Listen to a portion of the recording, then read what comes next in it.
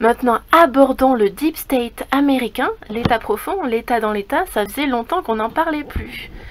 Donc j'ai trouvé un article sur Réseau International, qui est un super site, il y a énormément d'informations, alors il faut faire le tri comme partout. Mais là, franchement, c'est top. Alors, le titre. Le Deep State fait désordre.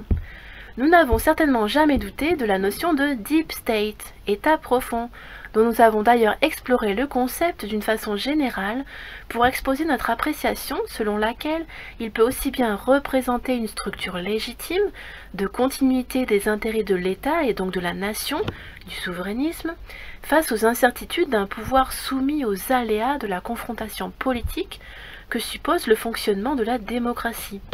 L'alternance, la crise et le vide temporaire du pouvoir, la réduction temporaire du pouvoir politique aux affaires courantes, etc. Aux États-Unis, l'expression d'emploi récent a néanmoins une connotation extrêmement péjorative.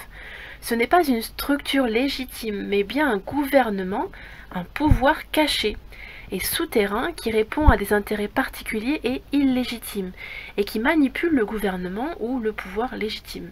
Donc en fait ce sont comme des ONG qui feraient la guerre entre elles, il n'y a plus vraiment d'État, de pays, c'est vraiment une bataille entre ONG, donc pour des intérêts financiers.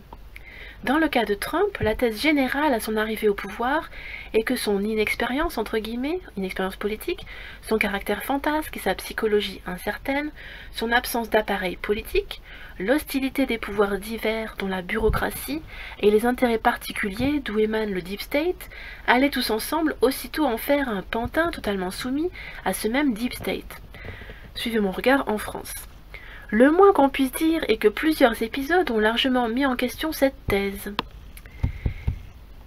Trump semble jusqu'ici réussir un sans faute pourtant, installer un chaos total aussi bien dans le pouvoir états-unien que dans le bloc BAO et échapper à la poigne du Deep State en le rendant complètement fou, à l'image du Parti démocrate et de Hillary. Il ne manquerait plus que sa guerre commerciale provoque une récession mondiale, tournant à l'hyper-grande dépression numéro 2 pour achever le chaos général du système, ou dit plus sérieusement, porter à son terme la grande crise d'effondrement du système. L'hypothèse faite par un lecteur que le clown bouffon Trump, archétype du milliardaire télé-réalité né du système, est peut-être aussi le messie entre guillemets tant attendu, est à considérer. Son style de jeu ne le dément pas.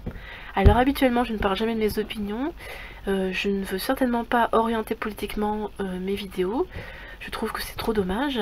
Là cependant, concernant le système, je trouve que c'est très juste, il faut faire attention à ce qu'on nous transmet concernant Donald Trump, il vaut mieux écouter et regarder les vidéos d'information en anglais, même ceux qui ne comprennent pas absolument tout, dans les grandes lignes en principe on comprend, sur Twitter moi je le suis, on peut même traduire ces tweets s'il y a vraiment un jargon trop élaboré, s'il y a des phrases un peu compliquées, voilà, donc je vous conseille de suivre Trump et de suivre les gens en général dans leur langue originelle, comme les textes, on dit qu'il faut lire l'Iliade d'Homère dans sa langue originelle, voilà, à plus.